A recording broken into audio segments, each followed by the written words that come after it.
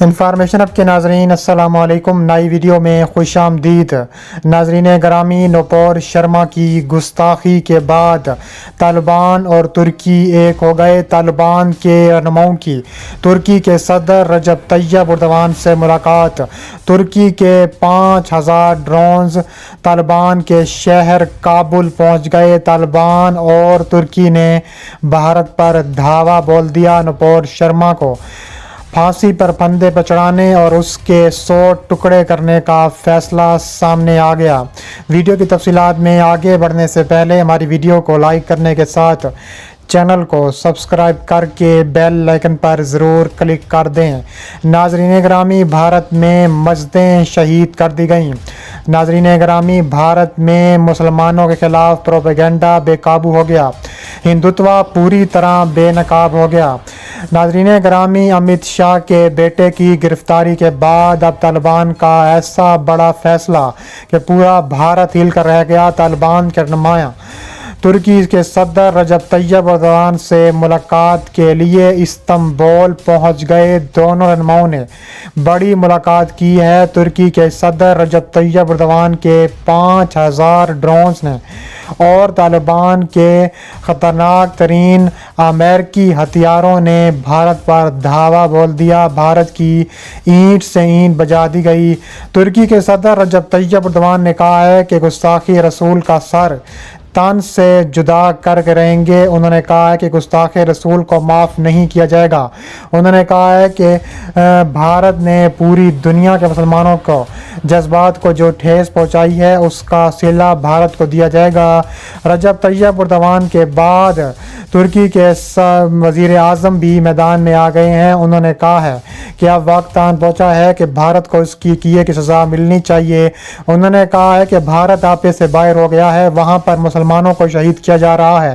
کشمیر میں 70 سال سے بھارت دہشت گردی پھیلا رہا ہے۔ اب وقت آن پہنچا ہے کہ بھارت کو اس کا مزہ چکھایا جائے۔ اس کے علاوہ استنبول میں بڑی کانفرنس ہوئی ہے جس میں ترکی کے صدر رجب طیب اردوان کی طالبان کے رہنماؤں سے ملاقاتیں ہوئی ہیں۔ طالبان کے رہنماؤں انسکانی کا بڑا اعلان سامنے آ گیا ہے۔ انسکانی کا ایسا اعلان سامنے آیا ہے جس سے پورا بھارت پر لرزہ طاری ہو گیا ہے۔ اس کے علاوہ بھارت میں برسر اقتدار ہندو قوم پرست جماعت بھارتیہ جنتا پارٹی کے 2 ترجمانوں کی جانب سے پیغمبر اسلام سے متعلق توہین آمیز بیانات دینے پر بھارت سمیت دنیا بھر کے مسلمان برہمی کا اظہار کر رہے ہیں، جبکہ سوشل میڈیا پر بائیکاٹ انڈیا کی مہم چلائی جا رہی ہے۔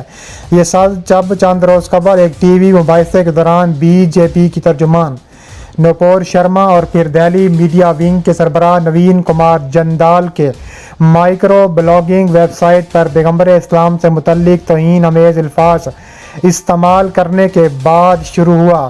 بیانات پر دنیا بھر کے مسلم ممالک سے مذمتی پیغام جاری ہوتے رہے اور بی جے پی نے دونوں پارٹی اراکین کی معطلی کا اعلان کیا۔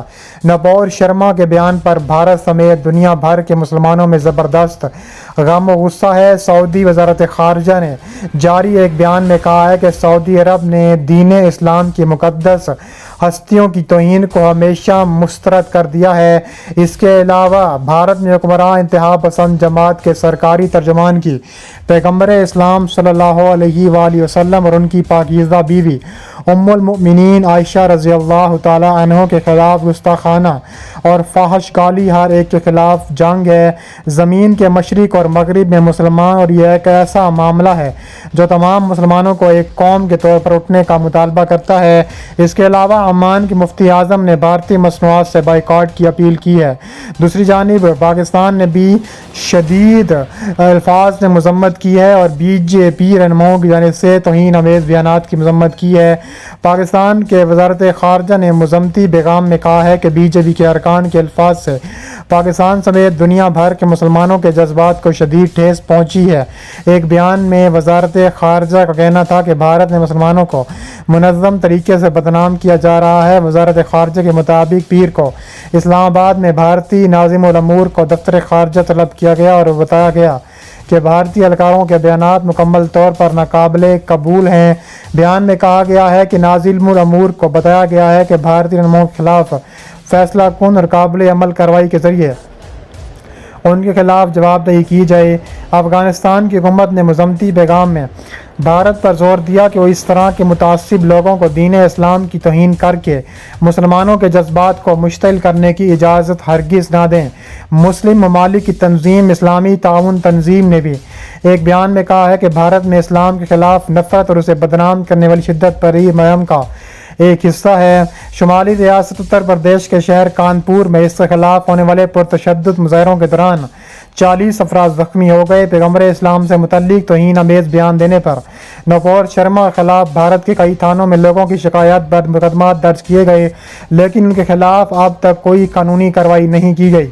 بھارتی صحافی اور NDTV کی نیوز اینکر کارگی راوت نے نوپور شرما کے توہین آمیز بیانات پر اسلامی ممالک میں سامنے والے رد عمل سے متعلق الجزیرہ کی ایک ریٹویٹ کرتے ہوئے لکھا ہے کہ ٹی وی پر BJP کی ترجمان نوپور شرما کے نماز اور نوین کمار جندال کی ٹویٹ کے بعد کچھ ممالک میں ہندوستانی مصنوعات کا مطالبہ کیا گیا ہے۔ امید ہے کہ یہ معاملہ جلد ہی ٹھیک ہو جائے گا۔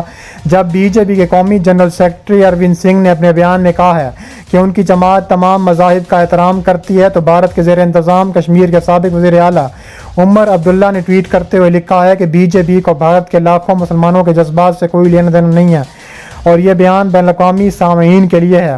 انہوں نے ایک ٹویٹ میں کہا ہے کہ عرب دنیا میں ہونے والے رد عمل نے یقیناً ڈنگ مارا۔ بھارتی TV چینل ٹائمز ناؤ نے 2 ہفتے پہلے مبینہ طور پر ایک مباحثہ منعقد کیا تھا۔ اس مباحثے کے دوران BJP کی قومی ترجمان نوپور شرما، مسلم پولیٹیکل کونسل آف انڈیا نامی تنظیم کے صدر ڈاکٹر تسلیم رحمانی کے درمیان سخت لفظوں کا تبادلہ ہوا، تو نوپور شرما نے پیغمبر اسلام اور ان کی اہلیہ حضرت عائشہ کے لیے توہین الفاظ استعمال کیے۔ نوپور شرما کے الفاظ سن کر ڈاکٹر تسلیم رحمانی بطور جج مباحثہ چھوڑ کر چلے گئے۔ اس کے علاوہ دوسری طرف نوپور شرما نے اپنے بیان پر ڈٹی نظر آئی ہیں۔ انہوں نے کہا ہے کہ انہیں ریپ اور قتل کی دھمکیاں مل رہی ہیں۔ انہوں نے ایک TV چینل کو بتایا ہے کہ TV مباحثے کے دوران میں نے جو کچھ کہا وہ میں نے ایک مذہب کی کتابوں کے حوالے سے کہا ہے۔ اگر میں نے کچھ غلط کہا ہے تو کوئی عالم اسلام سامنے آ کر مجھے غلط ثابت کر دے۔ بھارتی وزیر اعظم نریندر مودی کے سوانح نگار اور معروف سیاسی تجزیہ نگار نرنجن ردپائی نے انڈیپینڈنٹ اردو سے بات کرتے ہوئے کہا ہے کہ انہیں کوئی امید نہیں کہ کوئی اسلامی ملک بھارت کا حکومت پر بائیکاٹ کرے۔